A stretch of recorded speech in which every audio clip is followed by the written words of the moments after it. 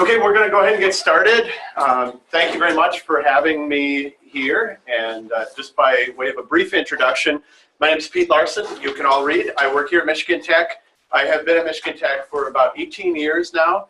And I started in an office doing outreach programming. And one of the things that I really enjoyed about that work was writing grant proposals to fund the work that we do. We could always do more and more interesting things when we had more money. And so we would sit around we did a lot of summer programming, and we would sit around during the off season and think, okay, what did we do last summer, and what would we like to do if we could get some more money? And then we'd try to find a funding agency that would have an interest in that.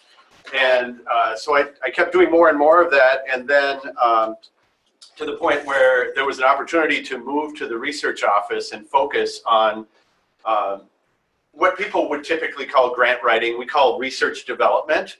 And so then I've been doing that for the last 13 years, and it's been a lot of fun. So in terms of actual writing proposals, I do very little of that anymore. I work with a lot of faculty, and what we mostly fund on campus is research. And so I don't do the actual science or engineering research, so I can't write a lot of the scientific content. The things that we do get involved in are kind of the strategy of where to go for funding, the timing of submissions, general grant writing principles, connecting with federal agencies, other program sponsors, and those sorts of things. So with the title of grant writing skills, we look at that in our office, and me in particular, who's here today. I think of that in a very broad way. So you're not going to get a lot of your first sentence should be this sort of advice from me today. This is going to be a very high level view of how do we look at funding, how does this impact you, whether it's now or in your career, depending on what type of career you might go into. And so that's kind of my goal for today, is just to think through the funding, the world of funding, and how I intersect with others on campus, and how we might be of service to you as you go throughout your career, and other people as you go into different institutions as well. So let's see here. There we go. So just high-level overview. So I'm thinking again about your career, and a lot of you, how many of you by show of hands are thinking about an academic career when you're, okay, let me step back. Are there any non-grad students in the room? Okay, so what is your role? I'm the communications director for the Institute for Computing and Cyber Systems. I'm fairly new in the position, so I'm just trying to get an overview of how it all goes. So already working in a field where you might be getting engaged in some grant writing either on your own or maybe in collaboration with others. Exactly. Okay. And yes. I'm kind of a hybrid. I work here full time, but I'm also enrolled in grad school part time. Okay. So I'm new, so I'm trying to learn how things work and what other opportunities there could be. Okay. Awesome. And what department? Pavlis Honors College. Okay. Great. I think we met maybe in passing one time or in a group. Okay. So, yeah. Okay. And then everybody else here, grad student? Okay. So I prepared this talk primarily with a graduate student audience in mind, but the topics are generally broadly applicable. But so in terms of your career, we're going to think about this primarily from an academic career. So of those who are graduate students, how many of you plan on going into academia? Kind of a tenure track, faculty type position, is that the plan? Okay, what are those of you who did not raise your hand, what are some of your other career goals after grad school? Anybody? Working in a research lab, a government research lab. Okay, government research labs. So we got academia, government research labs. See, national labs. National labs, okay. Anybody thinking of going into industry? Okay, a few in industry. What types of industries? What? Mining industry. Okay, mining. All right. How about you? I don't know yet. Maybe XAI, explanatory AI. Okay. Okay. So a variety of careers. So we'll talk through how these skills might translate into those different career types. We'll talk about the reality of how things work in the line of work that I do, and particularly as people, like for example, a soft-funded researcher in a lab, whether that's a lab that's affiliated with a university, or some national labs actually have to write their own funding as well. Maybe you're going to go and work at the NIH, for example. You could work at the National Institutes of Health in their hospital on their campus. NIH has a huge amount of funding. If you're working there as a researcher, you also write proposals and you compete for funding as well, just like the people outside. So there are a wide variety of places where you might run into these sorts of competitions and skills. So we're going to talk about the reality of how that works and how you can maximize your odds of success. We're going to talk a little bit about planning, about finding the right opportunities, the right sponsors, the right times, a little bit on the writing, a little bit on the submission process. And here we're going to talk primarily about the academic environment. That's going to vary depending on where you are, but we'll talk a little bit about what that process looks like and then steps for moving forward. So, and I don't think we're going to take the full 2 hours. We'll leave some time for discussion at the end. But if you do have questions as we go through, I'm happy to take those questions as we go through as well. So we're going to start with an academic career because that's where we're sitting and that's where my role interacts with people the most. So, but for those of you who are not going into an academic career, we'll talk a little bit about that shortly. And you can think about that as we go through. How is this going to be similar or different to an academic career?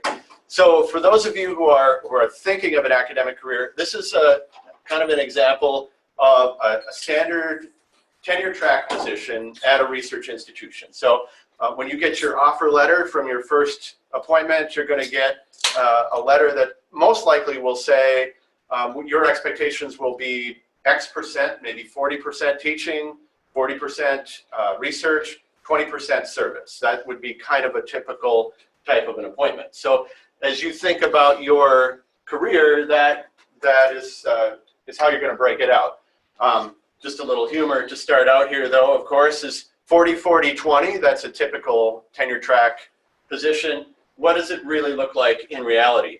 I think if you ask most faculty here, they spend more time on teaching than they have to do on anything else. And then the service, no matter what percent of service you're allocated, it typically starts to creep in more and more of that. So how do you really spend your time versus how your contract works? That's generally different. How does your department expect you to spend your time? 100% research or more, and do everything else, and take an extra class because we had someone leave. Sorry, somebody's got to teach. Can you please do it? We'll give you a little overage this semester, or maybe we'll give you a class off next semester if we can find someone else to teach. So the reality of how this all works definitely varies by semester, by department, by institution, and then of course the last one, how you really wish it could happen. Don't tell me what to do, I'll do whatever I want. That doesn't happen anywhere or in the real world.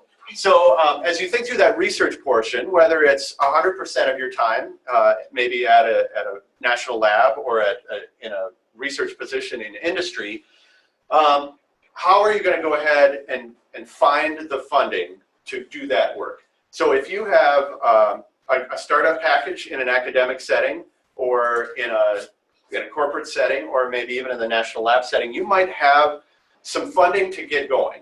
You might have some graduate student support if you're on a campus-based position. You might have a postdoc that's working with you to help you get preliminary data, help you write proposals.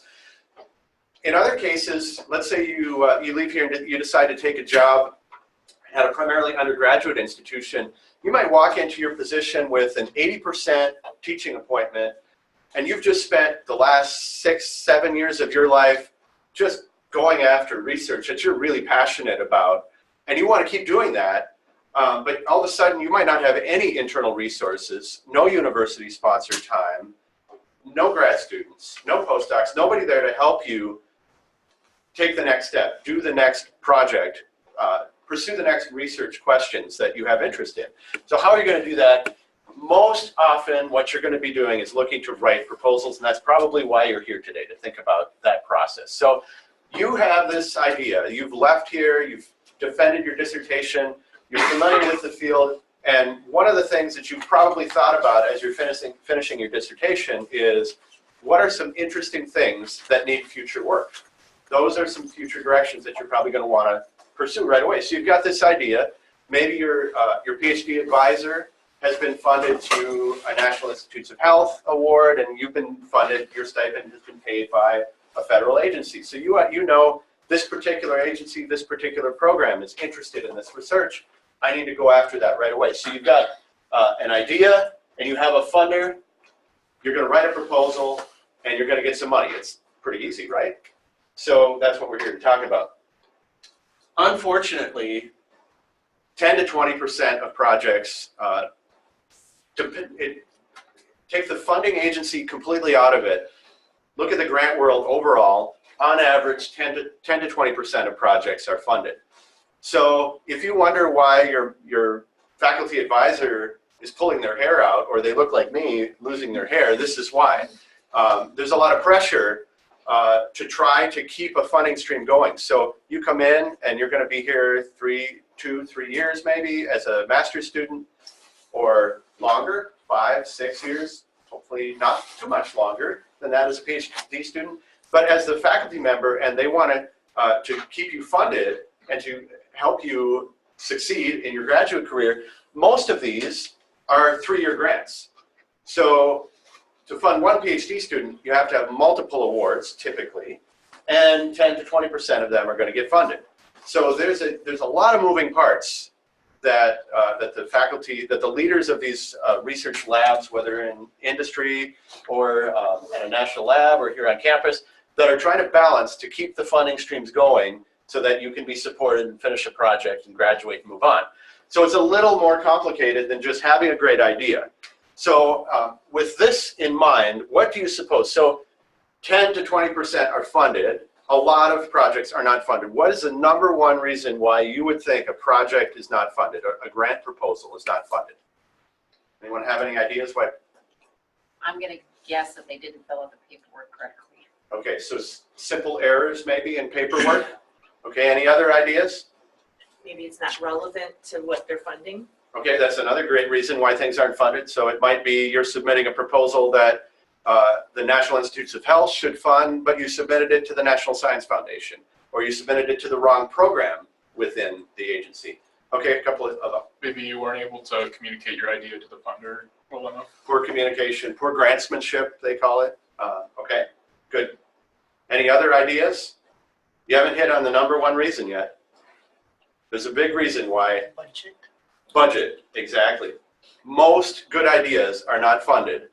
Not because you didn't communicate it well, although that happens. Not because it was the wrong program, although that happens. It's because the program officer has a list of 30 projects and they can fund 5, and maybe 25 of them are really good or worthwhile. Maybe 15 of them are really good. 10 of them are worthy of funding and could be funded. 3 to 5 of them might be funded. So you need to think about how do you set yourself up so that you do everything possible within your ability to control it to increase your odds. And even then, it's going to be challenging. And so that's why, I talk to faculty members all the time. We had one this week where I've submitted my 4th NSF project. This one, the reviews came back very good. The reviewers were enthusiastic. The program officer was enthusiastic. No funding. And your tenure decision is in part riding on whether you can be successful in getting external funding. And some of these things are just outside of your control. I don't want to be discouraging, but I do want to tell you that that context is all of this stuff is important. And what you need to do is control everything possible that you can control, because there's so much that you can't control that if you don't take care of what you can, you're really going to be sunk. So with that in mind, I want to do just a quick activity here. So at your tables, we're going to take a couple minutes. I'm going to give you a couple minutes to read these 3 abstracts. These are actual abstracts from NSF, National Science Foundation Awards. And so typically when you write a proposal, you'd have 15 pages to describe what you're doing. Here you have 1 paragraph. So I'm going to give you a few minutes to look at these, and then in your tables, I would like you to decide which one of these projects you will fund. And here's your criteria. look at it based on the merit of the idea, the intellectual merit. So is the idea good or not? And then the second one is, what is the impact if we, let's say we're going to give $200,000 to this research team. What will be the potential impact if this is funded? And so you pick the one project that you think is going to have the best merit and impact. And I'll give you a few minutes and then a couple minutes to read, and then we'll do a discussion, and then I'll ask you for your input.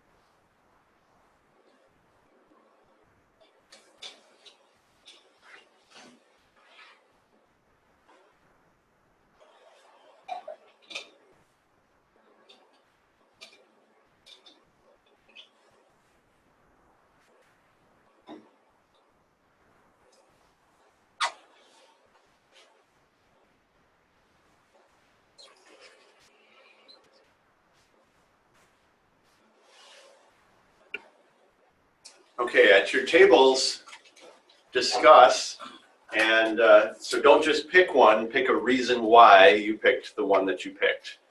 So a couple minutes here to have that discussion.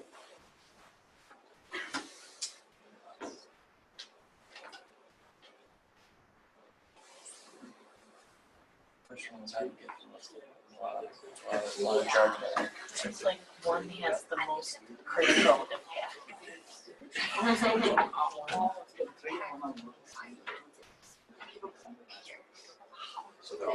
started like 2 years like stress out. This was good because these are just the abstracts. You have the sections later to talk about how you're doing it.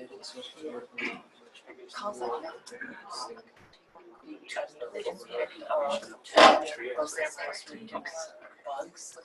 And number two, it's just critical. That's not, I mean, it's only one subset of people. It's only subset of people.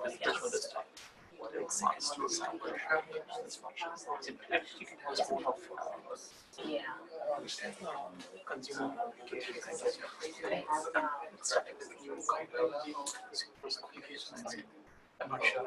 It's really just looking at how people have used the other sites and how you can run it.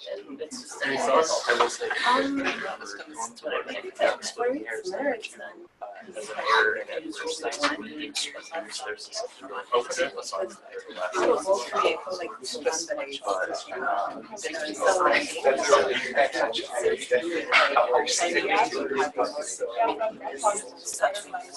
Which is something that, we're going to give one but the second, it could maybe be, I feel like it's more support media. Yeah. That one was a lot of like, I think whatever, they have those identifiers, like, I also think that video writers and Also, I only got like halfway find out out how there because because I I can't really see up there, this distance, so. So I, didn't get to like really kind of distracted by Could see. Abstract. It seems, maybe it's not ideal. Social media. Like the majority of everybody having a difficult I feel like you can go understanding. areas. And I feel like you can that's not exactly, but it did seem like the impact like being relatively low. stuff like It that. seems to be very specific about, I know, that's just talking about. yeah, like yeah. Security Like, and sure, sure, I'm yeah. not sure that fully understand. But on the other hand, like the third one, to me, as far as I understand it, has a high impact about understanding how images can be manipulated to affect the public, and how they're shared, and how that changes perception. So I actually thought the impact of the third one high. I haven't gotten but there's certainly a lot of merit in the first one, or at least in my opinion. It does seem to have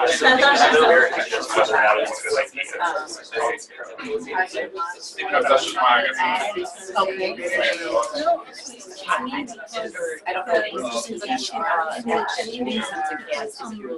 So what, how will the second one have more impact?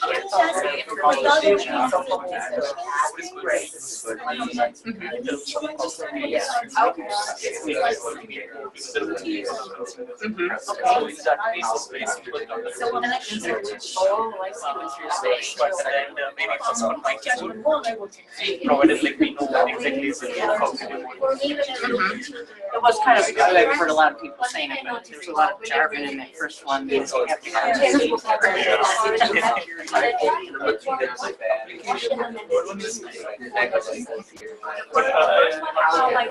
I mean, socially, it's a really important question.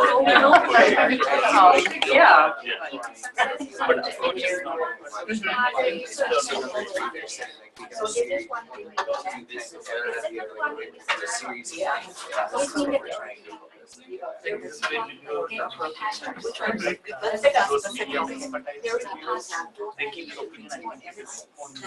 So about another minute to make your final decision here.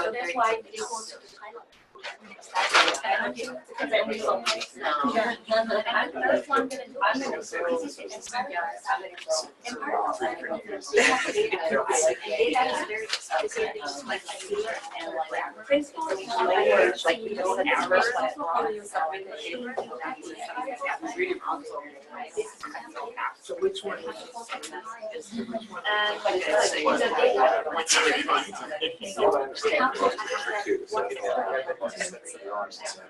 So that's why we can look into this picture. Yes.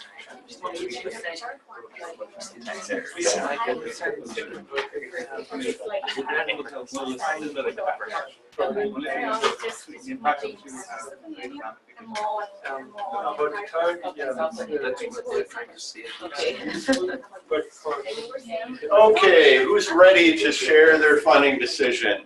Any table?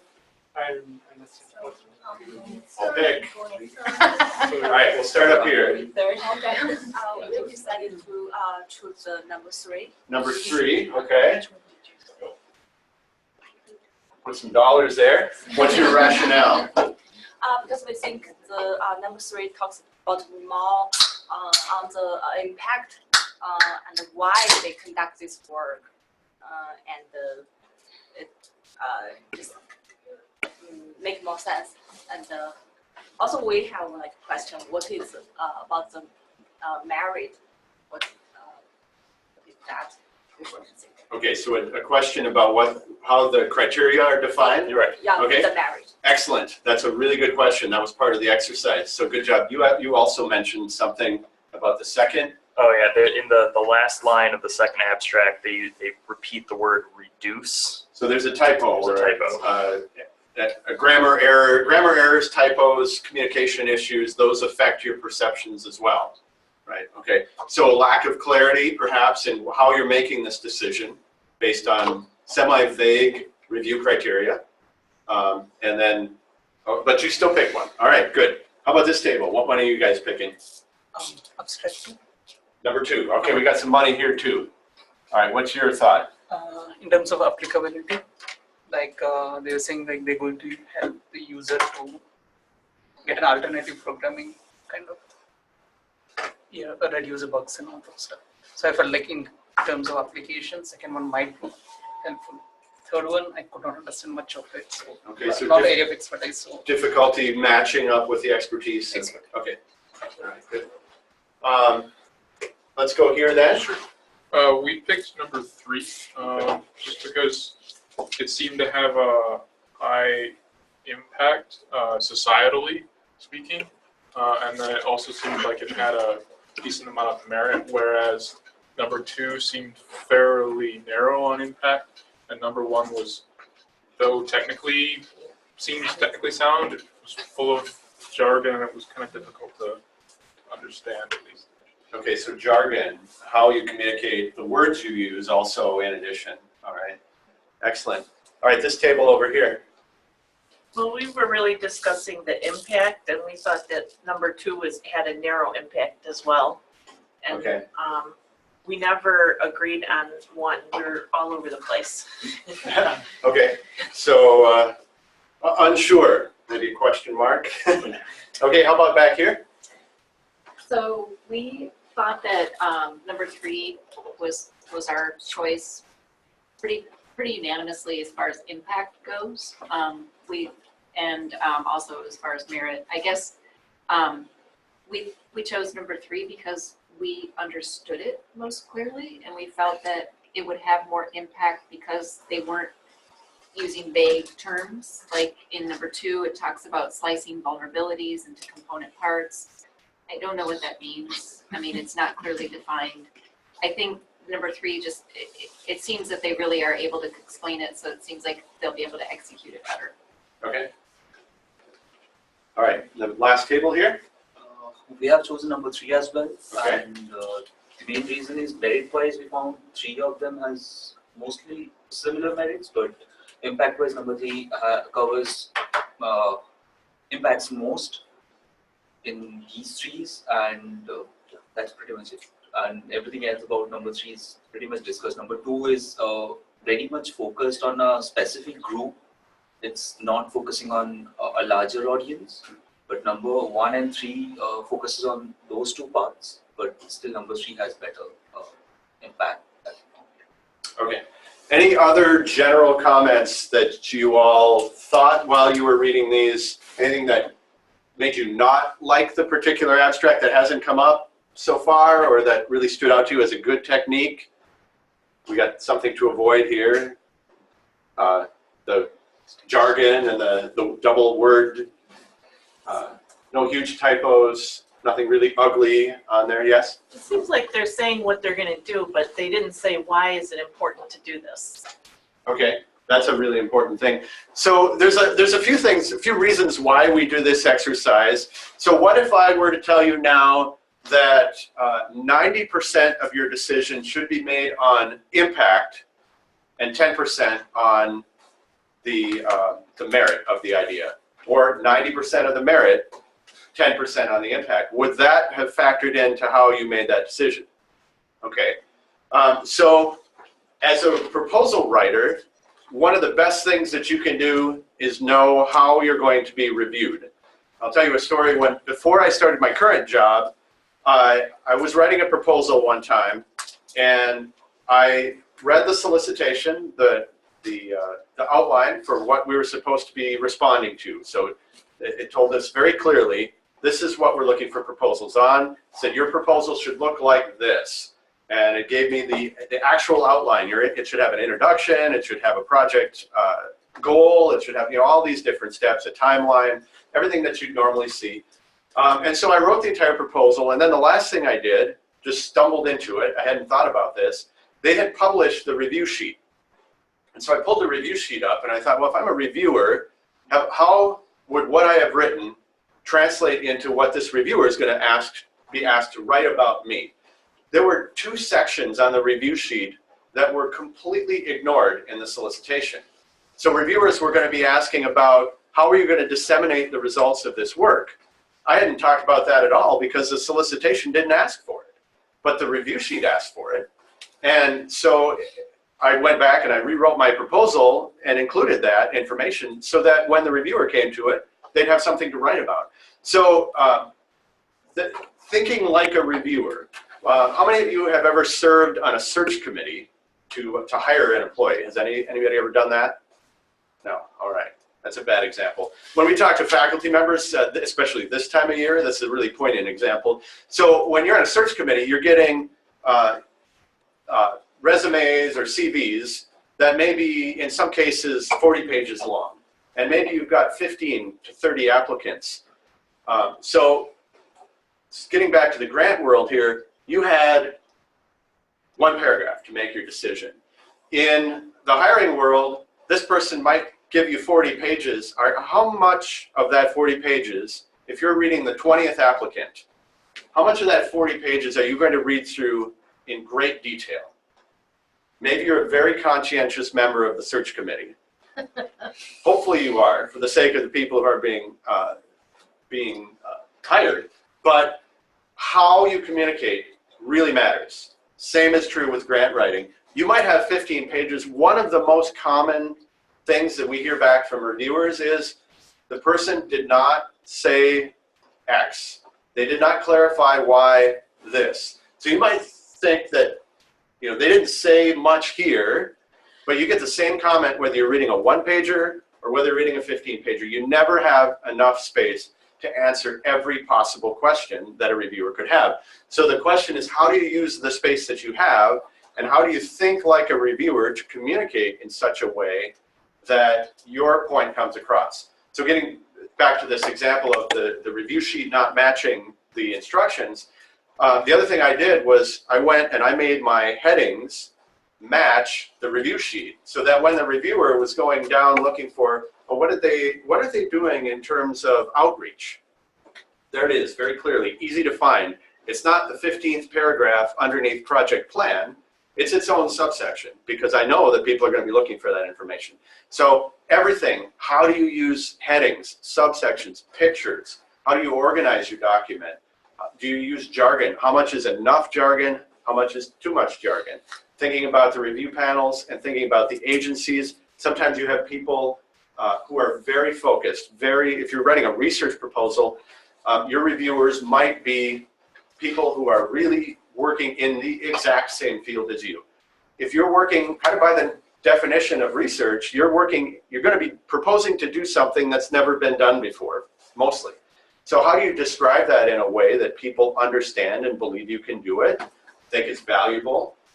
And so these are all things you have to think like a reviewer and know who the audience is going to be. If you have a very focused review panel with expertise that's very close to your own, you can use more jargon and get right into, you don't have to spend a lot of time setting the stage and saying why this is important. The reviewers are going to get this. If you're writing to a corporate audience, their main concern might be, how is this going to impact industry? Is this going to be a good investment of our money to fund this research? What is it going to do to help move our product or our service or our company forward? So you have to think, what are the issues of the people who are going to be reading it, and then write to them. So that's just to kind of get you thinking about how funding decisions are made. One more comment on that. All three of them were funded. So there was no right answer to that. It depends on what the criteria are, how well defined they are, how much money you have, what your expertise is, how much you understand the idea. There's a lot of factors and a little bit of luck that goes into that. So poor abstract number one, nobody liked them today, but at least when they wrote it for NSF, somebody liked them. So they did get some money as well. Okay, and then finally, as part of this section, so what if you're not going to be pursuing an academic career? Maybe you're going to be in a national lab, maybe you're going to be in a company. If you're, let's say you're in an industry setting, how do you get resources for your project, for your team in an industry setting? Anybody have any ideas how that happens? Ask the boss. Typically, you're going to make a case for it. You're going to maybe make a presentation. You might write a proposal. A lot of companies have internal proposal competitions for funding. Justify why you want to start up this new product line. Justify why you want to have a new researcher focused on this aspect that could improve the product. So in many cases, what you're going to be doing is very similar. Clear communication, thinking about the audience, laying out your case, understanding how you're going to be reviewed. It's very similar whether you're writing to a federal agency or whether you're writing to your boss or presenting to a board. A lot of these skills can translate across multiple things. Okay, so how do you actually go about pursuing funding? And again, I'm going to move it back to primarily the academic context, primarily grant writing here. How do you find funding and how do you pursue that? So competitive intelligence, does anybody take a business class ever? Do you know what competitive intelligence means? Knowing what your competition is planning or working on. Right, what is the environment in which you are operating? So what's the big problem that you're looking to solve? Does that match with the problems that the funding agency might be looking to solve? Who are your competitors? How do you differentiate yourself so that when your proposal is one of those three that's getting ready to be decided upon, you're the right person at the right time with the right idea, in the right place, with the right equipment, with the right collaborators, that everything lines up and you're not surprised to say, well, this is a great idea, but like came up earlier, it's a great idea for this program, you submitted it to this program, come back in another year and maybe we'll try this again. So competitive intelligence. So you need to think about that from the very moment you start thinking about funding, even before you start writing. So getting back to the idea, and the agency. So you might think, well, my advisor got funding from NASA, and so I'm going to go right to NASA with this idea. Maybe that's a great idea, but maybe you have 3 ideas, and maybe one of them goes to NASA.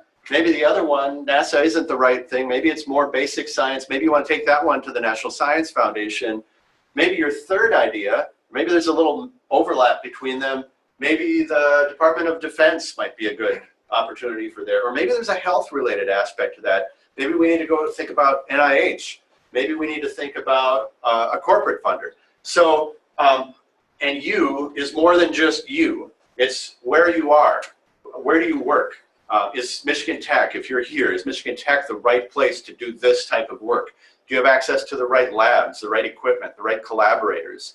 Do you have the right publications? So if you want to write a proposal, you better have some history in that field if you're going to be peer reviewed, because people will want to know, do you have the background to actually do the work? How do you demonstrate that, particularly in an academic setting, is show that you've done some work in that area and that you're publishing.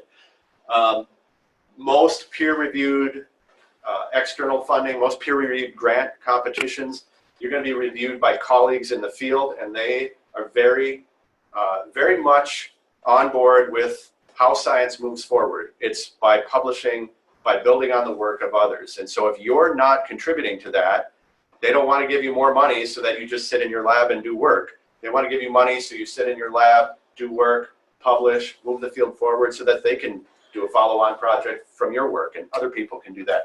So publishing, going to conferences and networking. Sometimes your best way of gathering information on agencies and programs is sitting in a conference presentation where a program officer from that agency presents. That might be the only way that you get to interact with them. There might be other ways, but that might be the other way. Or that might be the only way in some cases. And then preliminary data. If you're doing something and your reviewers might question whether this new and innovative method is going to work, preliminary data that shows them, we think it's going to work. We don't only think it's going to work. We've tried it. We've done a small study. It really looks like it's going to work. Here's why we believe that. So preliminary data. And again, this varies depending on the agency. A lot of different agencies have different standards for this. But you want to get to know the agency and how much preliminary data you need to be successful. For example, at NIH, if you want to write an NIH proposal, you had better have preliminary data. There are some programs where they say no preliminary data is needed. You had better have preliminary data for most of those competitions, even when it's not required. Because again, put yourself in the place of the reviewers. Preliminary data is not required. I'm going to review 12 proposals. 10 of them have preliminary data. which ones are going to look the most convincing to you as a reviewer? The ones that have shown that they're likely to be successful because they're already moving down a path of success. Review panels, regardless of agency, are notoriously risk averse. That's not great for science, which by definition means you're taking chances and trying new things. So it's a balance. How do you describe what you do? How do you describe contingency plans? That's another huge thing in grant writing. If you get to the end of aim 1 and you planned 4 aims and aim 1 fails and the next 3 aims are dependent upon success on aim 1, a reviewer is going to be like, okay, this is easy. Do not fund. Tell me what you're going to do if aim 1 fails. And if you haven't addressed that criticism, you're not going to get funded. And so the last thing I wanted to mention on this slide, so thinking broadly about who you are, what's your context, what's your support, what are your resources, how do you spin that in a way that you can be successful in these various agencies? So thinking about federal agencies for a minute, what agency do you suppose funds the largest amount of breast cancer research of all US federal agencies? NIH, National Institutes of Health. Okay, that's a really good guess. Any other guesses? Anybody think NASA would fund this? Probably not, hey? Health and Human Services. Health and Human Services. So NIH is a division within Health and Human Services. So good, good guess. Any other guesses? How about the Department of Defense, the #1 funder of breast cancer research in the US? So if you don't know where you're going and you have an idea for cancer research, maybe you're going to the wrong place based on an assumption that might be a really good assumption. If I were king and I were starting from scratch and I was developing the US research infrastructure, breast cancer research would not be housed in the Department of Defense. Now, unfortunately, that's not how it works. There is an entire congressionally directed, and that's your clue as to why it is how it is, congressionally directed medical research program housed in the Department of Defense because Congress told them so. And NIH would love to have that money. They have probably a better infrastructure for determining who should get that money. That's not how it works. How would you, okay, so next question. Who would you say funds, dollar-wise, the most engineering-related research in the US? DOD. DOD? Okay. In terms of basic and applied research, you're correct. How about in terms of basic research? DOE. So okay, DOE, Department of Energy. Yeah. There are a bunch of different agencies. So NSF, let me just give you a little hint. NSF is the basic research agency of the federal government. And then other agencies have missions. For example, NIH is biomedical and behavioral sciences. NASA, obviously. So Department of Energy is looking at energy research. So you would think, basic research, you would think, who? NSF, right? NSF is the basic research funding agency of the US, the primary one. Unfortunately, it's a matter of scale. So NSF funds probably the highest number of projects for engineers, but NSF has $8 billion a year to spend. NIH has $40 billion a year to spend. So even though as a percentage of their funding, NIH funds fewer engineers, NIH spends more money on engineering research than NSF does because they have a bigger budget to spend. So if you're an engineer and you're chasing money and you're thinking, well, NSF is where my advisor was funded and NSF has a program in civil engineering or mechanical engineering. They do, and you should be looking at that. But you should also be looking at Department of Defense. They have a lot of money, especially right now. NIH, are there, maybe I'm a material scientist, this material could be used for 100 different things. I'm going to work with somebody in biomedical engineering, and we're going to think through the biomedical aspects of this, the biomedical applications, so that we can tap into a whole new funding stream. And it can make your life more interesting, and it can make your odds of funding success better as well. So casting a wide net, thinking broadly about applications, finding these idiosyncrasies of how agencies work, those are ways that you can maximize your success as you think through where am I even going to go to start looking for these funding opportunities. Next, so this is a list of things. Have any of you heard of the Heilmeier Catechism before, Heilmeier criteria before? we recommend everybody who's going to write a proposal think through these things. And my number one, if you get to the end of your project and you can't answer this question, don't write it. Who cares? And that'll help you determine where you should go for the funding, with the funding opportunity as well. But if you have an idea, you need to articulate this. So this comes from one of the founding directors of the Defense Advanced Research Project Agency, DARPA. DARPA is like the Darth Vader of funding research in the federal government. If you are interested in doing really cool, really wild, out there things, you should look at DARPA funding. They're the ones that are funding a lot of artificial intelligence, robots. They're the ones that funded the creation of the internet. If it's high risk, high reward, wacky, out there stuff, DARPA's doing it. And it's really cool stuff. But this is the sort of thing upon which DARPA was founded. Can you lay out a case for what you're trying to do, why it's better than what we're doing now, why anyone should care if you're successful, what difference it's going to make, what are the risks and the payoffs? And DARPA is really big on this. DARPA will take way more risks than almost any other federal agency, but they want a big payoff. If they're going to take a big risk, it better have a big payoff. How much will it cost? How long will it take? And then how are you going to know throughout the project whether you're successful or not? And this is the other thing that differs greatly among federal agencies. So some federal agencies, NSF for example, you write a proposal, they'll give you money. And then you basically spend that money, and every year you tell them what you've done, and at the end you told them what you did. And that might be 60% different than what you wrote in that initial 15 pages. You got to step one, did a little detour, something changed, found out something else, new technology came out. Now, then you did a big detour, but you were moving towards this path, and if it was different from what you started, that's fine. As long as you're moving down this path, NSF is fine with that.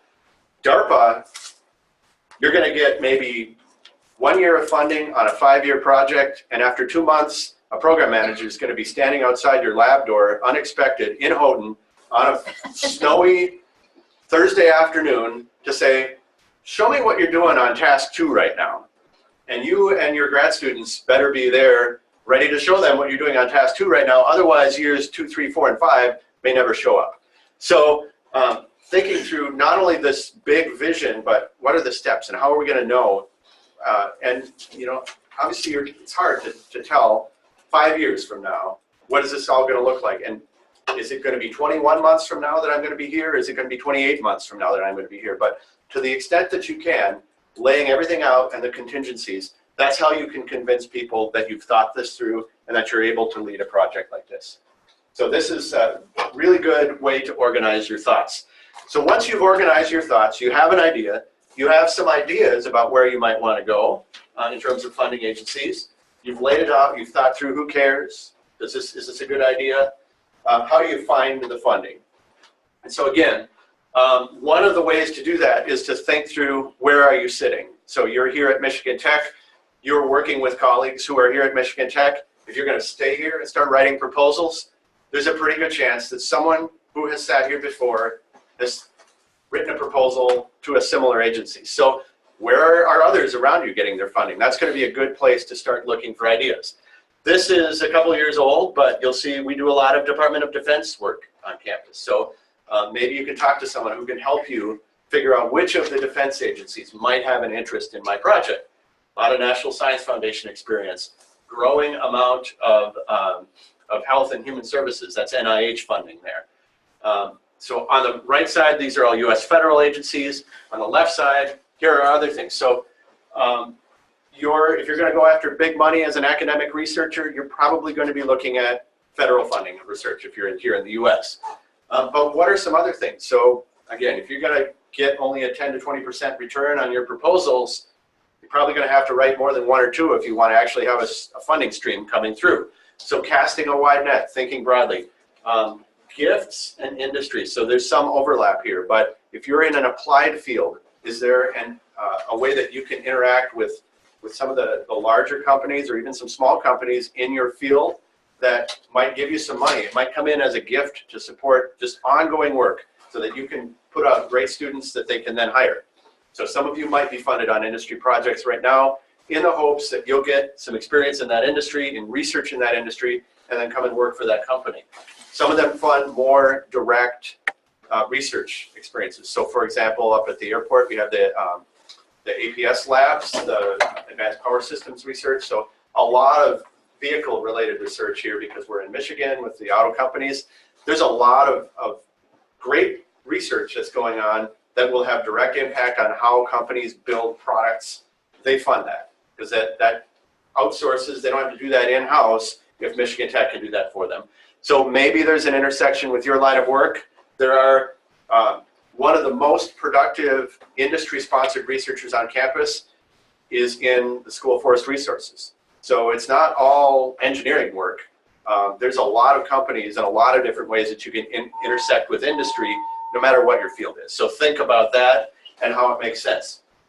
And then so crowdfunding is an option as well. And then foundations, so that's in this all other sponsors bucket.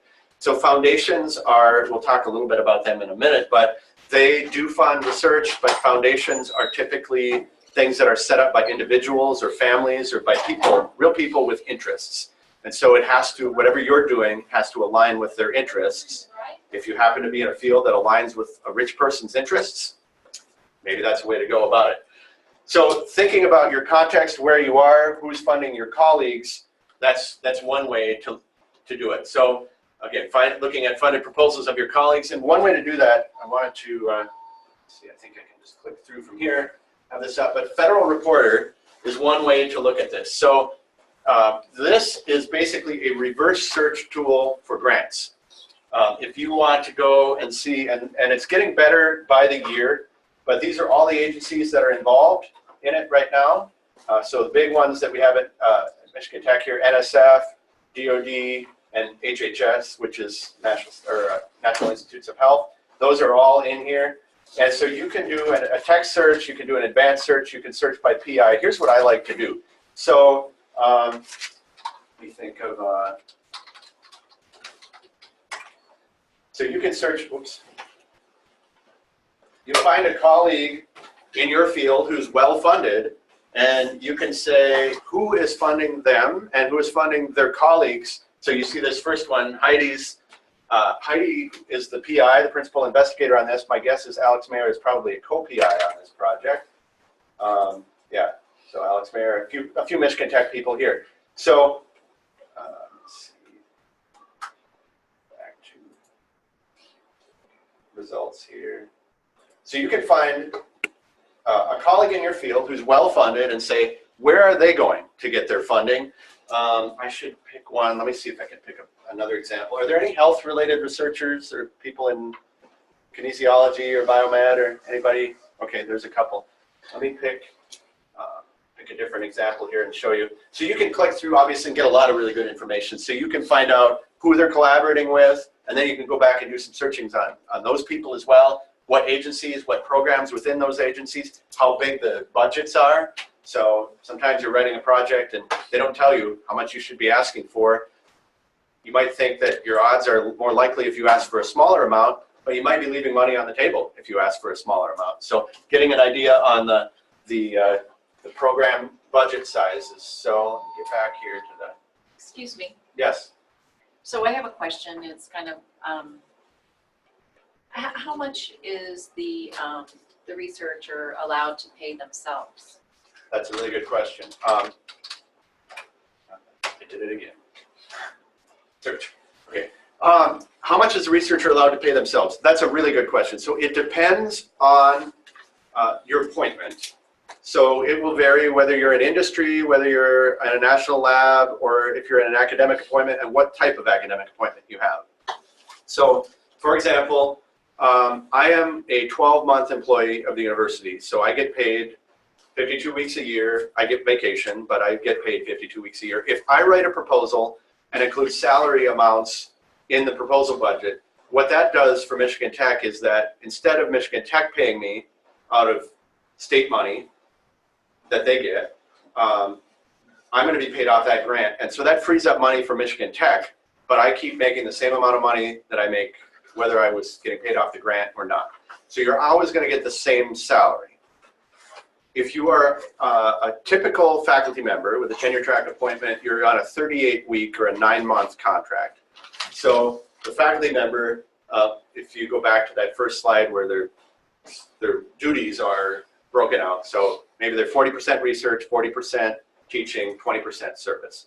That's a typical appointment. Though they're being paid 40% of their time to do research for 9 months of the year, 40% teaching, 20% service. In the summer months, they can write proposals to fund additional salary for up to that period of time that they're not being paid by Michigan Tech in the summer. So even if the faculty member has chosen to be paid over 52 weeks, which many of them do, their official contract ends at the end of the spring semester, for almost all faculty members with a 9-month appointment. So what we see most commonly is that I'm a typical tenure track faculty member, I'm writing a proposal, I'm going to include summer salary for me, and so I might include 1.5 months or 1 month of summer salary to work on this project, and then I'm going to work on it year-round, but during the academic year, I'm going to use that 40% of the time that Michigan Tech is paying me to do research. I'm going to use that time to pay it, because Michigan Tech's paying me anyway.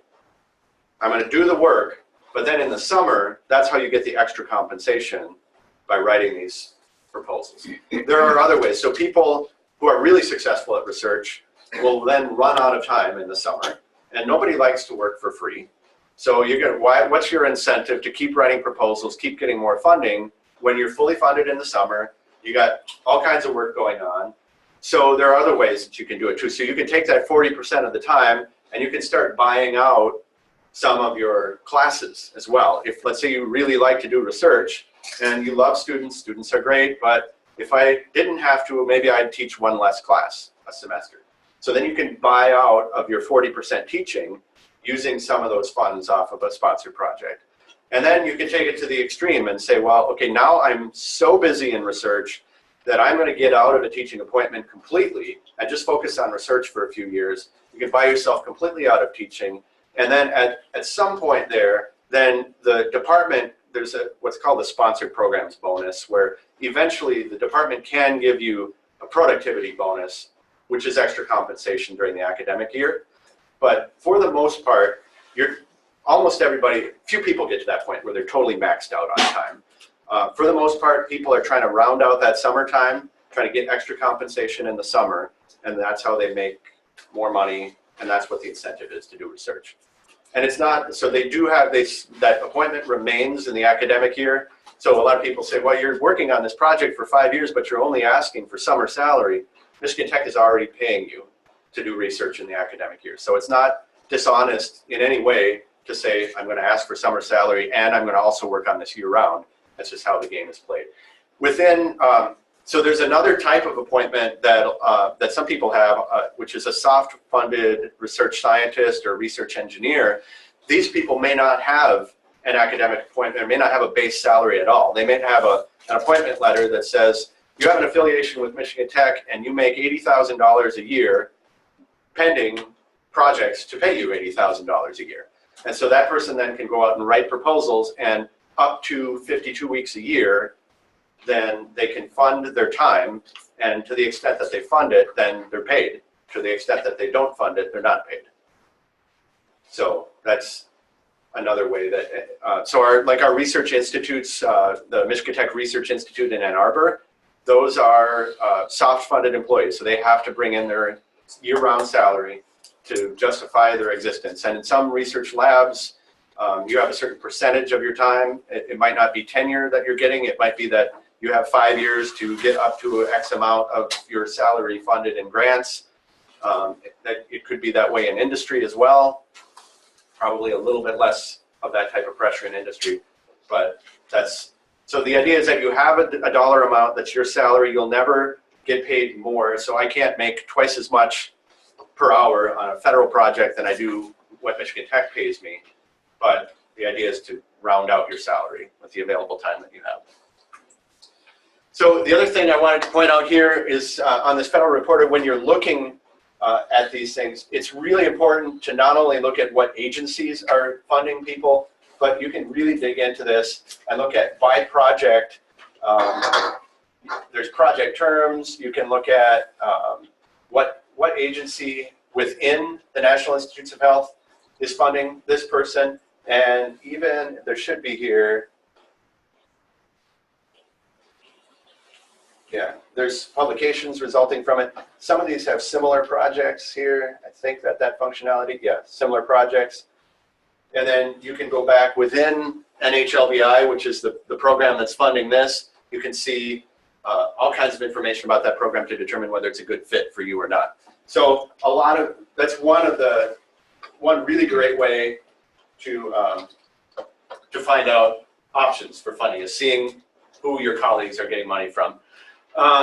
So also learning the funding organization's objectives, problems they're trying to solve, that's always really important. That might give you some ideas on how you want to describe your project, how you want to spin the project, what you want to highlight in terms of its impact. So reading the mission statements, very few people do that, but it's a highly underutilized way of getting an extra leg up on the competition. So typically how it works is in federal agencies, your science and engineering, your research is going to be peer reviewed, and then ultimately you'll be funded by a program officer, an employee of the organization who's making those decisions.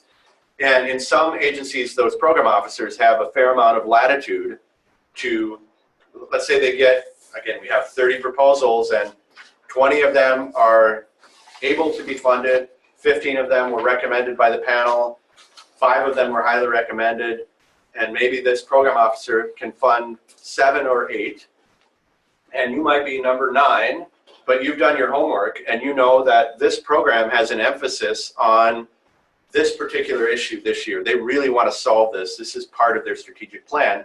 Maybe you're the only one of those 8 or 9 proposals that has addressed that. That program officer can take you as number 8 or 9 and put you in the top 5 because you addressed a program priority. So again, just strategies to get yourself into the funding range. This kind of goes back to your first slide, but it's been a nagging question. It just seemed probably everybody else knows what it means, but I don't know what do you mean by service? You talk about that there's. Oh yes. Yeah. In terms of appointments, right? Yeah. Yeah. So service, in terms of a faculty appointment, service would be things like serving on committees, serving on the Senate, hiring committees, helping with accreditation in your department, anything that the department asks or requires you to do that falls outside of teaching and research. So theoretically, and we are notoriously, we being academia, is notoriously bad at quantifying that. And so there's a lot of academic research about how certain types of employees wind up with more service requirements than others because for a variety of reasons. But maybe they're not good at saying no, or nobody keeps track, or you might be the only woman in your department, and so to get diversity on hiring committees, you're on every hiring committee. So those sorts of things really impact how people's career plays out. And so it's an important consideration for a lot of people. We're trying to get better at quantifying service, but it is an aspect of almost every faculty appointment. Okay, so we touched on this a little bit, but 3 major types of givers in terms of funding research: government agencies, corporate industry, foundations. There are others. There's professional associations sometimes give research grants, but in terms of US-based research, there are also international agencies that fund US researchers, but we don't spend a lot of time on those today. Government agencies, these are going to be your NSFs, NIH, USDA, DoD agencies. These are driven by interests and national priorities. They're driven by congressional budgets. They're driven by your tax dollars. Program directors, typically there's people there that you can have a point of contact. For the most part, they're public employees, so talking to you is part of their job. They're not always great at that, but often they are at least responsive. Generally peer reviewed, so this is kind of the generalized, the high level view of these agencies. What I would say about this is that you should really get to know the culture of the different agencies that you're interested in as well. So for example, I mentioned that idea of the program officer taking this, this proposal and moving it up the funding list because it met a program priority. NSF program officers can do that. NSF program officers are very, as a rule, very responsive and very willing to talk to you. So getting to know them, getting to know their programs, making sure your proposal has a fit there, that will go a long way in making sure that if there's an opportunity for you to get any one of those advantages, you get it. Other agencies, for example, National Institutes of Health, their program proposals are also peer reviewed, but they're numerically scored. So it's a lot harder for a program officer to take one. So it's a lot easier. I'll spin it the other way. For NSF, you might have 7 in the recommended category and 5 in the highly recommended category. This one's recommended. You're going to just bump it up here based on program factors. It's a little harder for an NIH program officer to say, in an NIH scoring, a smaller number is better. So it's harder for them to say a proposal that received a 35 is better than a proposal that received a 23. So it's going to be harder for them to make that case and move you up based on a program priority, because there's all kinds of moving pieces underneath those numbers that the study section that the panel has given. So for the most part within NIH, the program officer will go down the line and they'll fund in order, in numerical order, until they run out of money. And other agencies are very much in the other direction. Other agencies, you will not even get a peer review if the program officer doesn't know that your proposal's coming. Some defense agencies are like that. You really have to have a relationship with the program officer before you even submit the proposal. You may not even get a review back if you submit a proposal. So, for example, the Department of Defense will put out every year, they'll put out a big funding opportunity announcement. And there's going to be 100 different things in there that they say they want to fund. And that's really encouraging. So you'll want to look through program solicitations, funding opportunity announcements. You'll want to find a fit. When NSF puts out a funding opportunity announcement, that means that whatever their deadline date, they're going to accept proposals, they're going to do a review, they're going to fund whatever they say they're going to fund. And in there, they'll tell you, we'll fund 4 to 6 proposals at $4 million a year for 5 years. That's how NSF works. How DoD works is they will put out 100 different ideas every single year, so that if a proposal comes in within one of those areas that they like, they have a way to fund it. So that thing's sitting out there and you look at it and you say, oh, DoD's really interested in this. They have a program in this. They're going to fund these. I'm going to submit a proposal. You can submit a proposal and you may never hear back from them because they may have no intention. They may not have a budget. They may not have an interest. It's just every year they do this so that if they happen to want to fund something, there is a program through which they can fund it. So knowing those things and doing your homework and talking to a program officer, and maybe they weren't going to fund something, but after talking to you, they'll say, okay, send me a white paper. I'm going to talk to my colleagues and we'll see if we can get a budget for this. And so then they'll talk to their colleagues and say, okay, yeah, we'll put $500,000 into this program this year. Write us a proposal. At that point, you better write the proposal because you have a much higher than 10 to 20% chance of success because of the work that you've done. So that's kind of how it works, and just knowing those idiosyncrasies of the different agencies is really important. Corporations, very similar. You better have a point of contact. So some large corporations have formal research solicitations and formal reviews and whatever. For the most part, corporate research is funded by someone knowing about you and the work you're doing. And by the time you write a proposal, you should pretty much know that it's going to be funded. So you don't just send an unsolicited proposal to Ford. You submit the proposal after you've had that conversation. Foundations, we talked a little bit about this. These are often tax mechanisms that wealthy individuals use for giving away money. They're philanthropic donations.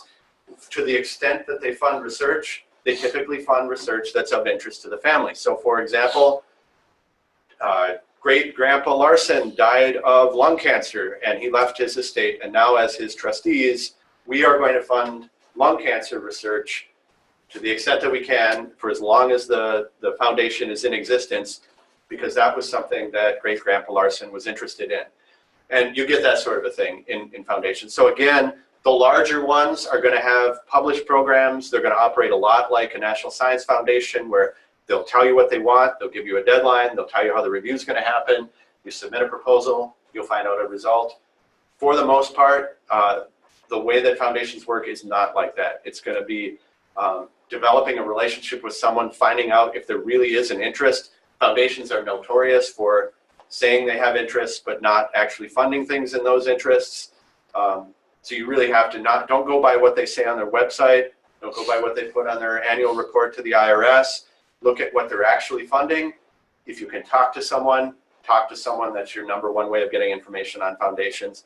It's not a huge way of finding funding, but in certain fields, environmental fields now, in the last couple of years, depending on your political persuasion, the federal government has gotten out of climate change research to some extent.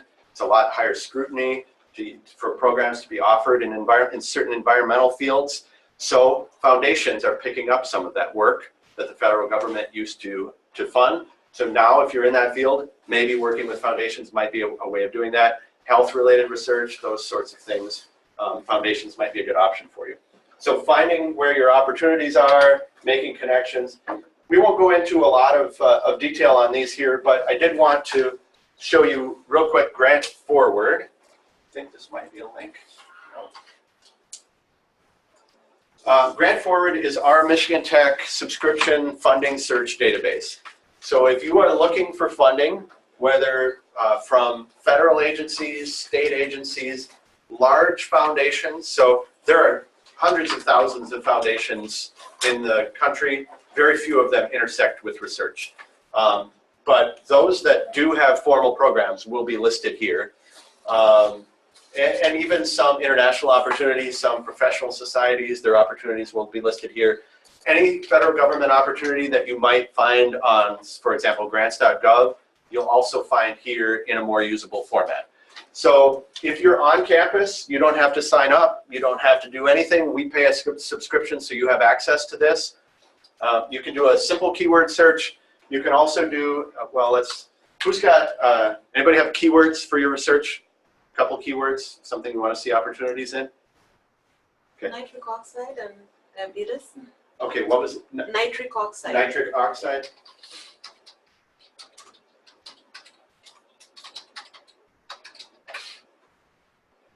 Okay, 0 results. Okay, this is perfect. This is a good example. So too specific. So we're going to then go with diabetes. 340 results. Probably not enough time to look through all those right now. So that's the sort of thing. That's exactly the sort of search that I wanted to do right now. So how do you start looking through these things, and how does the advanced search work to your advantage? So a couple things right off the top. So you are typically not going to be applying as an individual if you have an organizational affiliation. If you're writing a research proposal, you're typically not going to be applying as an individual. Individual proposals are almost always fellowship type proposals. So you might propose, you might write a proposal for a scholarship or fellowship that you can take anywhere to any institution. That would be an individual proposal. Even if you write it, whether it goes to the federal government, if it goes to a company, if you're submitting a proposal through or here as a Michigan Tech person, there's a 99% chance it's going to be Michigan Tech submitting a proposal on your behalf. And so one of the ways that you can do that, let's say you are looking for fellowships, you can look based on individual, you can look based on citizenship, you can look on grant type. So here's where I think you want only fellowships or no fellowships. So we'll take out fellowships, and that has dropped down by a few. Let's see, what are the other things? So you can look at activity locations. Sometimes that's important, sometimes not. That's more important in the foundation world. So a lot of foundations have a very limited geographic focus. So even if you find a foundation that has an interest in your field, check their geographic focus, because they might not give money where you are. Where's the other one here? So the other thing, you can search by amount if you want, by sponsor type. So you might say, show me only federal opportunities. Let's drop that down. So now we lost another 80 or so to make it a more manageable list. The other thing that you might want to do here, particularly for federal opportunities, is to either do a search that includes closed opportunities or to do a separate search that also looks at closed opportunities. Almost all federal opportunities come around on a cycle. So let's say you're searching right now and a proposal competition just ended last week.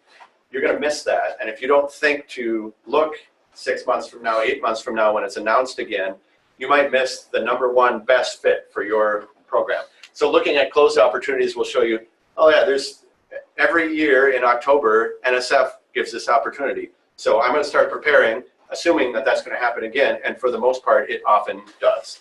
So those are ways to do it. The other thing that you can do, you can create a simple account. So it requires you to sign in with your Michigan Tech email address. It doesn't ask for any other personal information. They don't send you anything to your email unless you ask for it. But signing up for an account allows you to look off campus. So you'll be able to log in and have access to this wherever you are. And then, and we don't advertise this, but your grad students, at some point you'll leave. You keep your Michigan Tech address. I'm just saying. We will, yeah, you will still have access as long as you have a Michigan Tech email address. So we are paying for that. So the other thing that you can do then is save your searches. And so if you want, you can have these come to you weekly, monthly, and instead of having to search and remember to do that, having them show up in your inbox. So pros and cons to that. I get one in my inbox every Monday morning, and I will tell you that 90% of the time it's another email on a Monday morning that I just delete. So you want to get to a point where you hone your searches so you're getting relevant enough results, that you're seeing things that are important enough to look at so that you don't just miss things along with everything else going on in your life. Okay, the actual writing part, we're not going to spend a ton of time on this.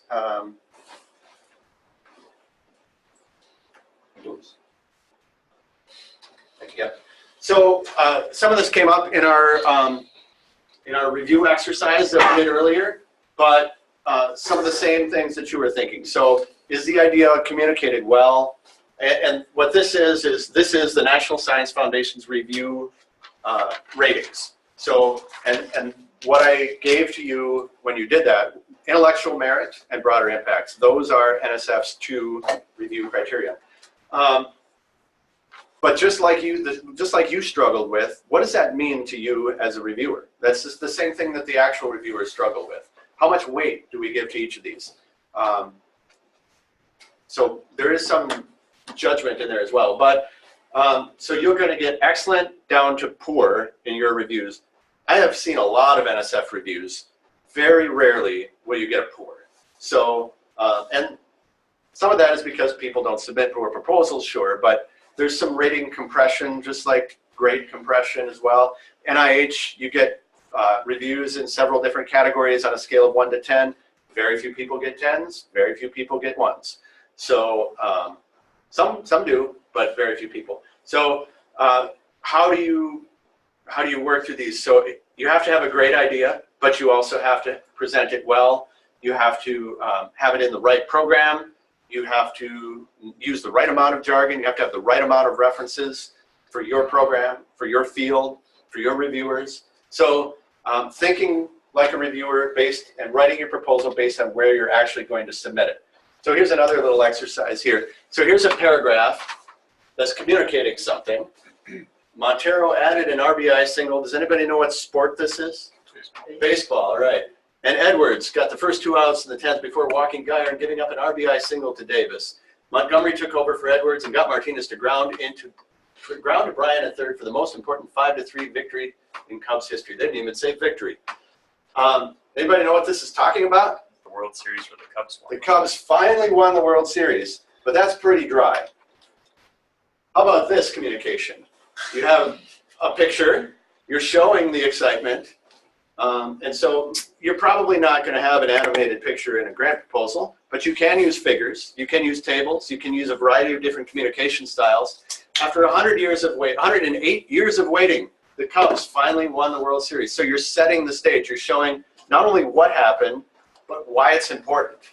And you're giving reviewers an emotional investment into why this is important and why what happened matters. And so then a roller coaster of emotions spilled out in a game that lasted almost 5 hours, blah, blah, blah, blah, blah. So thinking about all these issues, how you communicate, where you use graphics, where you use headings, where you use tables, what things you highlight, what things you put in there because you have to, all these things, and it varies based on the funding agency. So getting back to starting early, thinking through organizing your ideas with the Heilmeyer Catechism that we talked about earlier, thinking about good communication skills. And there's, whether you're here at Michigan Tech, whether you're in industry, whether you're at another institution, there are resources available. So the Writing Center, as students, you have access to the Writing Center. As faculty members now, we have a partnership with the English Language Institute, and they're working with faculty, not just faculty whose first language isn't English, but any faculty member now. We're having people, somebody mentioned here, every member of the lab reads a proposal or publication before it goes out. That's a great way to do it, because you pour your heart and soul into something, a document for months, and you're going to miss something. You deleted the wrong sentence, or you put the after in the wrong place or whatever.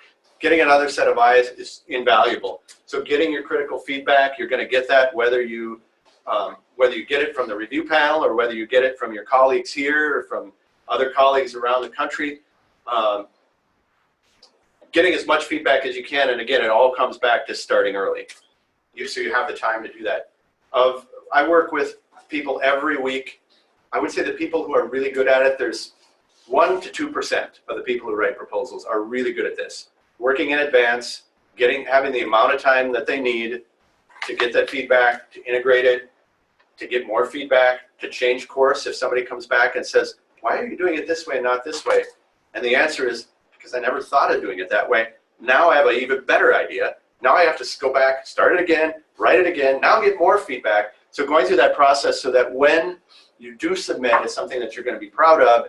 And one of the things Jackie Huntoon, who I've worked with for years, she's the provost here, she's a great proposal writer, but she's always said questions from reviewers are the kiss of death. So when you get to the end and a reviewer is wondering, why this?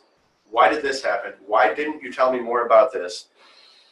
If you have unanswered questions, then you're probably not going to get funded. So getting that diverse feedback ahead of time, you don't have to have all of the answers figured out, but if you know the question, you can address the answer. So you might be wondering, you have to say it a little bit different than this probably, but why I chose it to do this method instead of this method, or what will happen if task 1 fails. You think it's going to work. That's why you're writing the proposal. Your first reviewer might say, what if it doesn't work? Tell me what you're going to do then. And it might be okay to say, if it doesn't work, I'm going to do this, this, and this. You've answered that question, move on. And everybody on the review panel then will say, okay, well, they got a backup plan. Let's move on. They've done their homework. In general, simplicity over complexity, speaking to the audience, and some of that has to do with corporate audience, foundation audience, different types, different styles for the different agencies. So there's a lot of tips out there. There's a lot of resources out there for grant writing. We don't have enough time really to get into it today in terms of by agency, but there's a lot out there. So as you actually get to the point of actually starting to write, use the resources that are out there. And there are some very good agency-specific resources as well. So if you want to write an NSF proposal, I have a whole book to tell you how to write an NSF proposal and what the style and the feel should be and what do they mean by a data management plan, these sorts of things. So you can get those resources for just about every agency. The other thing that I would say is the other stuff matters. So you might think having a great idea matters, and it does, but there's going to be 20 other great ideas, and the people that follow the directions, and that came up earlier in the presentation, the people that use the right font in their BioSketch of all things, you can get your proposal sent back without review from almost every federal agency for using the wrong margins. They say they will do that, and they do. So if you've got 30 proposals and you'd rather review 20 of them, one of the easiest ways to do that is to do a compliance check. That's what they call it at the federal agencies. And say, everybody who didn't follow the rules, I don't care how good your idea is, we're not going to trust you with our money if you can't follow the rules. And it happens all the time. We avoid that to the extent that we can with our preliminary checks here at Michigan Tech. but maybe if you're working at a different university, they might be submitting, some of the big universities submit so many proposals, nobody at the university is going to look at it after you submit it. So you're going to send it to your sponsored research office, and they'll press the button that says submit. And if you didn't follow the rules, it'll come back to you. Here we have a little bit more hands-on approach, but just know that the other stuff matters. It really does. Again, our reviewer is going to read every word. Unlikely that all of them will. Every week we get back reviews that say the project team did not address X, X, X, and Y, Y, Y. And the principal investigator will say, I did address that on page 7. I addressed the other one on page 12. You did. What can you do? You can't go back in time and tell that reviewer they didn't read carefully enough. Part of that is the nature of the beast, and part of that is communication and knowing what you have to highlight, what you have to make jump out on the page, how you direct reviewers through your use of headings so that they can't say, you didn't address this thing that you knew they were going to be looking for. So some of it's a communication thing as well. So yes, everything matters, and having as many eyes on it, that's the #1 thing. Work early, get a lot of feedback. Those are the 2 best things that you can do to be successful in the actual writing aspect of it. And then the other final point here, we get a lot of questions.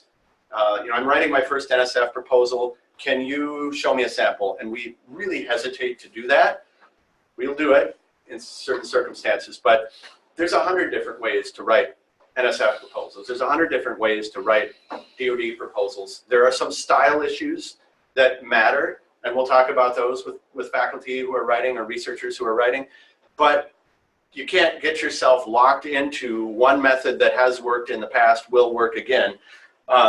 You have to make it something that people want to read, something that people can get, everything that they need to get out of it, answering those questions in the Heilmeier Catechism, and then you'll have a successful proposal. But it's not about, there's not a formula to do it. And so there's not one correct way to do it, but there are strategies to maximize your success. And then the final thing, we won't spend a lot of time on this because you're going to be working in a variety of settings, but I just wanted to touch briefly on this. How does this actually happen? So from the university perspective, I mentioned I'm a faculty member here. I submit a proposal. What the process for doing that is that Michigan Tech is going to be the submitter and the recipient of the proposal. And how that works is that there's a Board of Trustees policy that says only certain people can commit the university to do anything. And one of those entities is the Sponsored Programs Office. So if I'm going to say, National Science Foundation, give me $500,000 to do this amount of work, that is going to require somebody at the university signing off saying, we agree to do this work if you choose us for funding. How does that happen? There's an internal process. There's a paperwork, of course, because we're a bureaucratic organization. We have a form for you to fill out. And you'll have to fill that form out, and as the person who's submitting the proposal, your supervisor has to acknowledge that you are authorized to do this, because otherwise you could say, give me 9 months of salary and I will go and work in mechanical engineering for the 9 months. And my supervisor would be like, heck no, I'm not going to let you go for 9 months. You can't do that. And so your supervisor has to sign off on it. If there's, believe it or not, we've had people submit proposals for buildings, for construction projects, without telling the university that they're going to do that. Somebody at the university has to know that's happening and approve that. We're not going to build a building just because you got money. So all of these questions that you have to think through, curriculum design. You can't promise that Michigan Tech is going to offer a new degree just because somebody might fund the creation of a new degree. Somebody has to say, okay, we're willing to go through this process of creating a new degree. Here are all the caveats. It has to be approved by the Board of Control. It has to be approved by the Senate. It has to go to the state of Michigan. So you can write a proposal, but make sure that all of that process is listed in there so that the funding agency, if they fund you to create a new degree program, know that you as an individual faculty member can't just say, all right, now we're going to start offering degrees in mechatronics. We have a process for that. So all of those reasons, and 100 more, we have internal application, internal process that we go through, and there's an internal deadline. So You find out today that there's an opportunity on Friday. It might be the best thing you've ever seen. You know you can write 5 pages. It's only 5 pages. I can write that. I can submit it. There's no way. It's not going to happen. You cannot get that through the university system in 2 days. There's a process, an internal review, working time, starting a minimum of 1 week out to 2 days before to make sure everything lines up. I mean, we have had, I could tell you stories all afternoon. PIs writing a proposal for a program, so a tenured faculty member who's been teaching for 30 years, writing a proposal that is only eligible for assistant faculty members in their first 5 or 6 years. Well, the program officer told me I should submit. You're not eligible. We cannot accept this money. If we got it, we couldn't accept it. Oh, well, I shouldn't waste my time then. Yes, that's why we're here to tell you, follow the rules, and we're here to double check that. Your budget doesn't add up, those sorts of things. So that's what the role of the organization is. No matter what organization you're in, there will probably be a process for that. So my advice to you is learn that process. These are some of the things that we'll work through with you if you work through the university process in terms of with enough lead time. So are you eligible? Do you meet the goals of the program? Have you provided all of the required elements? So usually you're writing a proposal, but there's probably 20 or 30 other things. You're going to have a bio sketch, a list of all the other funding that you have, a references sheet that has to be in the right format, human subjects information you might have to include, a budget justification, data management plan, mentoring plans, list of conflicts of interest, all these other things that you need to think about. It's, for the most part, what you're going to want to do is write your research proposal, but there's going to be a lot of other things that you also need to look at. We're going to help you work through those things.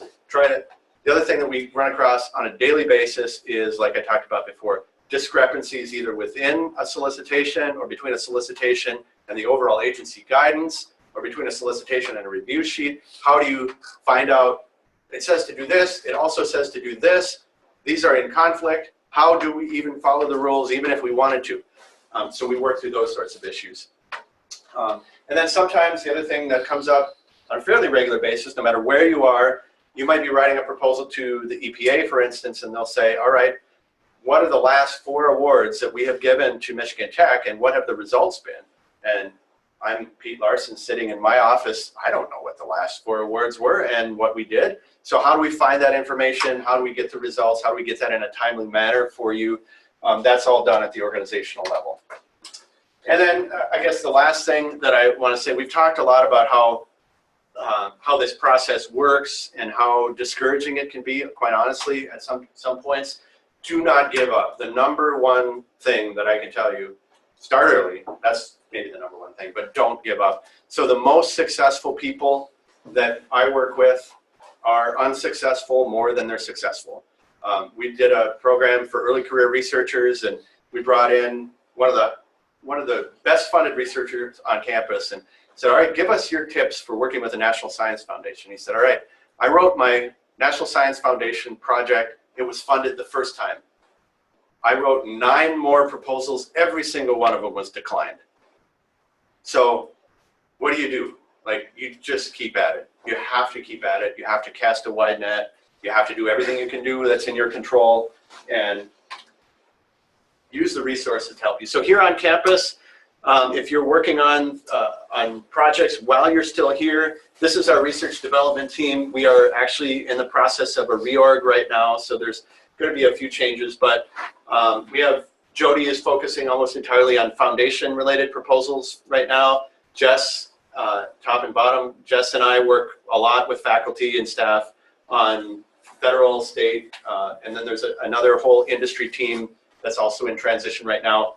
But if you have questions or if we can be of assistance, certainly let us know. And then Natasha, we have our own crowdfunding platform. So again, this is an idea where it has to have a lot of public appeal because you're asking people to give money, just like your regular Kickstarter types of things. But we've had people that have had really good success with relatively small amounts of money, but $30,000, $40,000, $50,000 in some cases, that people have just given them outright gifts. So we'll take that if people are willing to support our research in that way. So that's the end of my formal presentation. I'll open it up for questions or comments or discussion. On your website, on your web pages, are there some of these, resources and instructions and that kind of thing? Yeah, that's a really good Refer to that Good later. point. So we didn't put the link in here yet because we're in the process of redoing our website. But what's even better than our website, and maybe I'll get you the link and you can add it here. But it's linked off of our website, but we call it our Research Development Toolkit. That is also only available on campus or through your Michigan Tech login.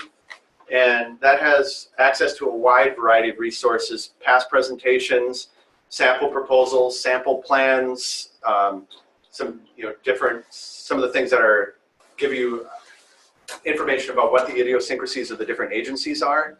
Though that's where I would direct you for a lot of that information. It's not very pretty. It's a Google site, but there's a lot of information there. Yeah. Is this recorded to be viewed online? Yep, it is. And will be posted on the GSG website probably hopefully before spring break, but for sure after spring break for review. So I take back what I said about the Michigan Tech email address going with you. I'm just kidding. Bleep that out. Yeah, no, it is good. The other thing I will say, so we do pay a subscription fee for that. If you do go to a larger institution, there's a pretty good chance that they might fund a tool that's even more robust than that, they're really cool. So the new research analytics funding search databases are kind of doing what that Federal Reporter, what I was showing you, where you backwards search people, but it will take your publications and keywords from your publications. And so some of these are run by places like Elsevier, so they also do the publishing, and they'll do this intermingled web of interests, and they'll push you really specific funding opportunities based on your publication history, based on who you collaborate with. So if you do wind up going to an institution that can afford these sorts of things, because they're ridiculously expensive, but that can be another great way of finding opportunities through things like that. And that just kind of happens automatically. You sign up for your account, you create your profile, and then it just starts gathering that information based on who you've published with and who they've published with and what they've published and who's funded that work. And it's all just kind of happening in this big data cloud behind the scenes. And it's really cool. So you may not have even an interest in our grant forward stuff after you leave here. Other questions? Yeah. Is it standard, once you've submitted it, to follow up on it, to call the people making the decision, or? Yep, that's a really good question. So it depends on the agency and the timeline. So for example, I mentioned the industry and the foundations are a lot more hands-on, relationship driven. So certainly, yes, there's a lot of follow-up. You submit the proposal and then maybe you schedule a follow-up meeting to, in the case of our biggest foundation award that we've gotten in the last few years, we did a proposal, then we did a presentation. We had ongoing talks with the program people there about what that presentation would look like and what we should include and how to make our proposal stronger. I mean, they'll give you really specific advice. In the case of federal agencies, so typically in the case of federal agencies, your best time to talk to a program officer is before you submit a proposal, because then you can talk things about, like, is this an idea that fits with your program? Is this an idea that fits with your program priorities? So those are two different questions. You might fund research in this area, but they might be funding a lot of work in that area right now, and they might be really looking for proposals in kind of a tangential or related area or a new initiative. And so you might think, well, maybe this year I'll submit a proposal over here and not over here. I'll save that one for after some of this other funding runs out. So talking to them before, they can give you a lot better feedback about things like that. Once you have a proposal under review at a federal agency, they typically cannot talk to you about the proposal other than telling you it's under review, we expect to have a decision by X date. And then you get to X date and you still haven't heard almost always. So NSF, it's 6 months. So within 6 months, you're supposed to hear. Very, well, people who get declined usually get declined within 6 months. And then a lot of times what's happening is they're trying to figure out, where is that line going to be? How many can we got these ones that we know we're going to fund. We have a bunch of these that are in the middle. And they do budget negotiations with people. They might go back and say, well, you asked for 400,000. If we give you 350,000, can you still do the work? What would you have to cut? So they might do that with 5 or 6 people. Now they've got another $300,000 and they can fund one more project. And so you might be that one more project that they're going to fund. You're just hanging out there 7 months, 8 months, 9 months, and you're like, all right, now I'm thinking, do I resubmit this in 3 months when the funding opportunity comes around again? What's going on? It gets real tempting to talk to the program officer. Again, the only thing they can typically tell you is it's under review. Until I know something, I can't tell you anything. So the funniest thing when we do that, every once in a while they'll say, well, I can't fund you. I can decline it today if you want. If you need to know an answer. No, we're good. So talking to a federal program officer while you have a project under review is typically not a good idea. The one exception that I have heard happens, and because program officers are people too, if you run into them in person, you can just say, hey, I know I have a proposal under review. I can't talk to you about it, but I just wanted to learn more about your program. Just like reminding them that I'm the person you talk to, put a name with a face. That always helps. It's just another reminder, oh yeah, I've got that proposal to deal with. It's always good to be in the back of someone's mind. And every once in a while they might be like, yeah, I can't tell you anything about the proposal, but I hope to have really good news for you next week. That can make your day. And we've had people that go to conferences and run into their program officers and have that happen. So they can sometimes tell you things without telling you things. Other questions? Yeah. What is the Superior Ideas crowdfunding? Superior, so it's like Kickstarter or Petri Dish or some of those, some of the crowdfunding for business opportunities, but it's specifically for research. So there's a process to, you have to write a little application, and then if your project is chosen, it'll go up on the website. Then we do some promotion through the office here on campus, but it really depends on you and your social network and others in the field, promoting it through Facebook and LinkedIn and other things, generating traffic to the website, and then trying to get people to fund, to give you money, basically. How many proposals are submitted through Michigan Tech and what percentage are actually funded? Yeah, so we submit between 700 and 900 proposals per year, campus-wide. And our overall success rate is very similar to what you see, 10 to 20% on average. Yep. Depending on the different, I'll let you get in there and do your thing if you need to. Smaller proposals, typically just university-wide. There's some reasons for this, but smaller proposals have a higher success rate. Primarily, that's because a lot of our industry funding comes in the form of those smaller proposals, and we typically don't submit a formal proposal until we think it's going to be funded. So those have a much higher success rate. Our industry success rate last year, I think, was like 90%. But again, it's because we don't submit proposals that we don't know about. But for federal agencies, 15 to 20%. We're as successful as anybody in the federal game. We just have to keep at it. Other questions? Well, yeah. So, does it sometimes happen that you submitted a proposal, it got rejected for some reason, then you reviewed and again submitted and it got approved? So that is a really good point. I can't believe that I forgot to mention that, so thank you very much. Yes, that is most commonly how it happens. Some proposals, like this NSF guy I was talking about, some are just great ideas and they hit at the right time and they're funded right away.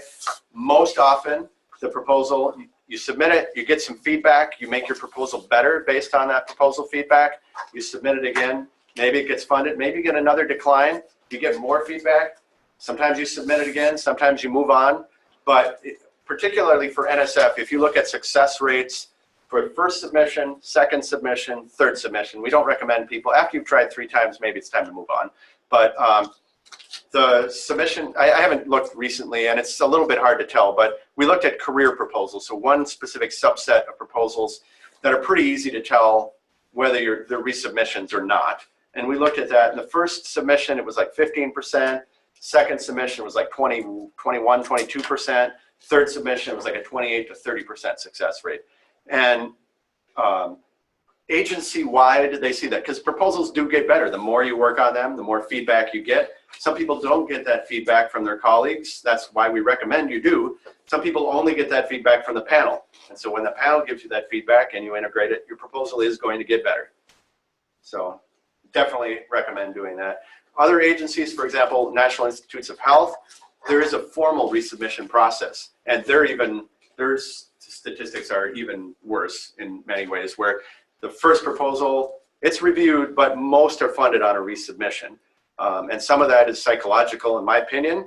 They know that, like, it's just, okay, this person is coming back to us again versus this person who will come back to us again. If they're equally as good ideas, we're going to go with this one who's put the time in and showed that they're making their proposal better. So there's a formal process. You submit a proposal, you get feedback. The second one is officially called a resubmission. You get an extra page to talk about what you changed and how you made the proposal better, addressing the reviewer concerns. And yeah, hopefully you're successful that time. Then with NIH, if you're not, then you have to revise it enough that it's then considered a new submission. So maybe that's taking out one of your research tasks and replacing it with a different direction that you might go in. But it has to be significant enough that you could legitimately call it a new proposal. Yes? Jump in between organizations, it's okay? Yeah, absolutely. So again, it has to be a good fit for the organization, but we have people, for example, material scientists or mechanical engineering who are right on that bubble of, do I take this to NSF? Do I take this to NIH? It has a biomedical application, but it's fundamental science. And it has applications in other fields. So I just had a discussion earlier this week with a faculty member, and there's some strategies to do and some other things. So the other question we get along these lines is, can I submit the same proposal to 2 different agencies? You can. We typically don't recommend that because best case scenario, they both get funded. You can't get funded to do the same work twice. That would be unethical. So your best bet would be to go in 2 different directions so that if they're both funded, then you can do the work funded by both agencies. And if you can do that, so not everybody can do that with every project, but if you can, look at, okay, here's a way that I can intersect with defense agencies or with USDA or with NIH. And here's another research interest that I have that has biomedical, so I'm going to go to NIH with this one. Here's another one that's just fundamental science. I'm going to take that one to my NSF directorate. Absolutely fine. Most of the well-funded researchers are in at least 2 federal agencies, and that's how you cast a wide net and keep the funding stream coming.